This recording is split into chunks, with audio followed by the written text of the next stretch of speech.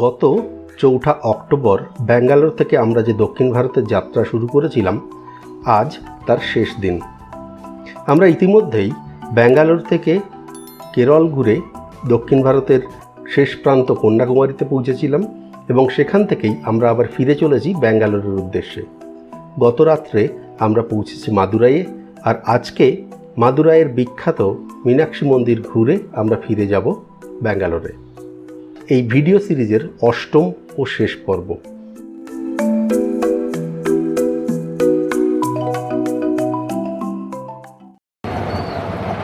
মাদুরাই শহর,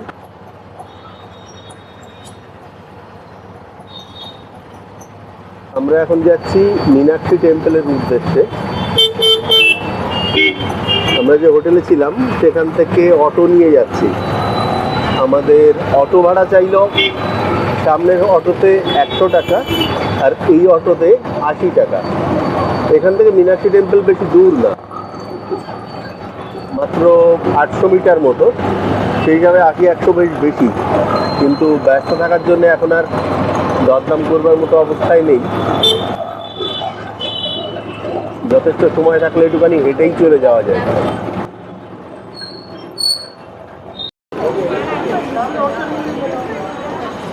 সামনে মীনাক্ষী মন্দিরের যে তোরণ বা এন্ট্রি গেট,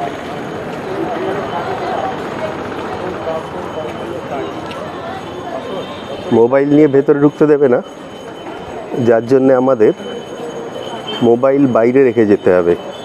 এটা দেখছি পশ্চিম দ্বার বা ওয়েস্ট টাওয়ার। এই মন্দিরে আছে এই যে তোরণ, এখানে আছে অসংখ্য মূর্তি। এরকম 4টি তোরণ আছে। আমরা তার পশ্চিম দিকের তোরণে এসেছি।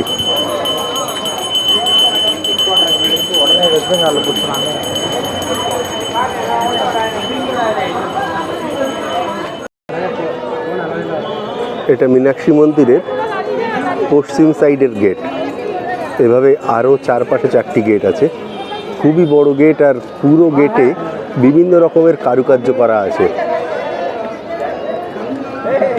এই গেটের ভেতরে ক্যামেরা নিয়ে যাওয়া নিষেধ, যার জন্যে ভেতরের ছবি দেখানো যাবে না। এখান থেকে যতটুকু দেখানো যায় এটুকুই,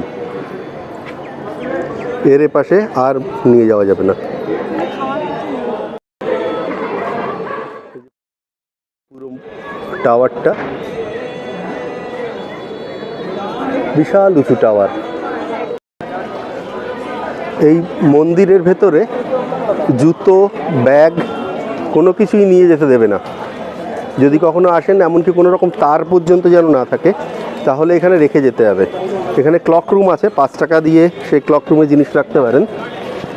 আর ভেতরে চটি রেখে তারপর ভেতরে যেতে হবে। ভেতরে ঘুরতে প্রায় 1 ঘন্টা সময় লাগবে অন্ততপক্ষে, যদি ভিড় না থাকে।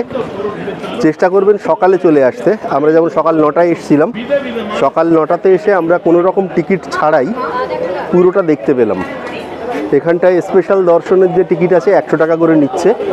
সেই টিকিটে যতটা লাইন ছিল নর্মাল টিকিটে, মানে ফ্রিতে, তার চেয়ে লাইন কম ছিল, যার জন্য খুব তাড়াতাড়ি আমরা দেখে নিতে পেরেছি। আর এর ফলে আপনাদের সকালে আসতে হবে। একটু দেরি হয়ে গেলে, এখন যেমন 10:30 মতো বাজে, এখন কিন্তু যথেষ্ট ভিড় শুরু হয়ে গেছে।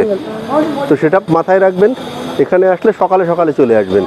এখানে অটোতে করে চলে আসতে পারেন। অটোতে করে এসে এখান থেকে জাস্ট একটুখানি, এই আমার পেছনে যতটুকু আছে এইটুখানি হেঁটে গেলেই মন্দিরে গেট পেয়ে যাবেন। 4টে গেট আছে। পশ্চিম দিয়ে আমরা গেছিলাম, এটা সবচেয়ে বড় গেট। এছাড়া উত্তরের, দক্ষিণের যে গেট, সেখান থেকে ঢুকেই মেইন মন্দিরের ভেতরে ঢোকার জায়গা আছে।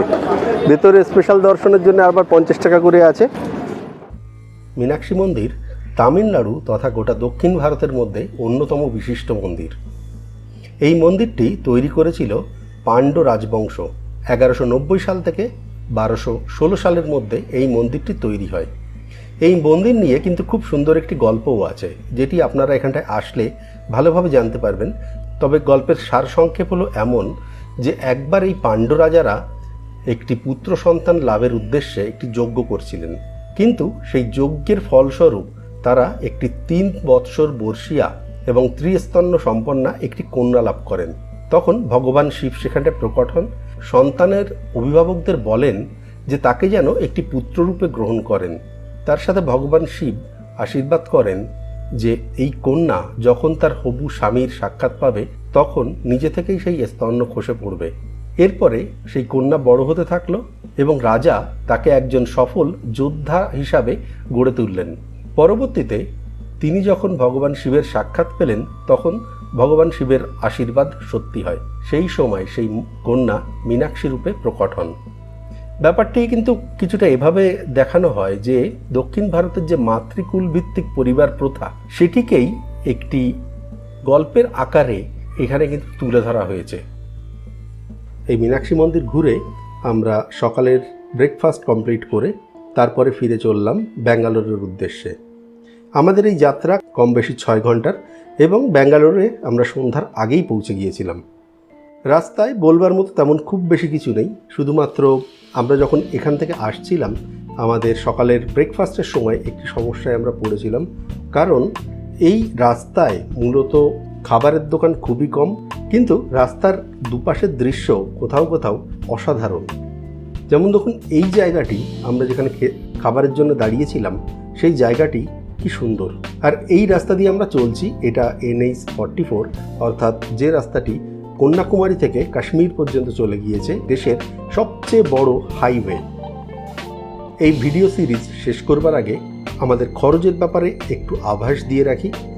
আমি নিজেই গাড়ি করে গেছিলাম, ফলে আমার শুধুমাত্র গাড়ির খরচ বলতে তেলের খরচ এবং টোলের খরচ ছিল, দুটি মিলে আনুমানিক 20,000 টাকা, এবং আমাদের এই 8 দিনে সব মিলে 90,000 টাকা মতো খরচ হয়েছে। আর কোন কোন জায়গা আমরা ঘুরেছি, কোথায় ঘুরেছি সেটা তো সমস্ত ভিডিও সিরিজ থেকে আপনারা জেনেই গেছেন। আপনারা যদি কখনো কেরল ভ্রমণের কথা ভাবেন তাহলে তার জন্যে আমি একটি কেরল ভ্রমণ গাইড তৈরি করে এই চ্যানেলে আপলোড করব, সেটি দেখে নিতে পারেন। সেখানটায় আমি কেরল ভ্রমণের মূল জায়গা, খরচ, কোথায় যাবেন, কিভাবে যাবেন ইত্যাদি বিষয়গুলিকে ডিটেলসে জানিয়ে দেব। আশা করি আপনাদের এই সম্পূর্ণ ভ্রমণ সিরিজটি ভালো লেগেছে। আপনাদের মতামত কমেন্টে জানানোর জন্য অনুরোধ করছি। যদি চ্যানেলে নতুন হন অনুগ্রহ করে সাবস্ক্রাইব করে বেল আইকনটি প্রেস করে দেবেন। ভিডিওটি ভালো লাগলে এটি লাইক করবার অনুরোধ করব। তবে চলুন দেখা হচ্ছে পরের ভিডিওতে। এরপরে আমি শুরু করতে চলেছি ব্যাঙ্গালোর ভ্রমণ সিরিজ বা ব্যাঙ্গালোরের বিভিন্ন দর্শনীয় স্থান নিয়ে একটি সম্পূর্ণ ভ্রমণ সিরিজ। ভালো থাকবেন, আপনার দিন শুভ হোক, নমস্কার।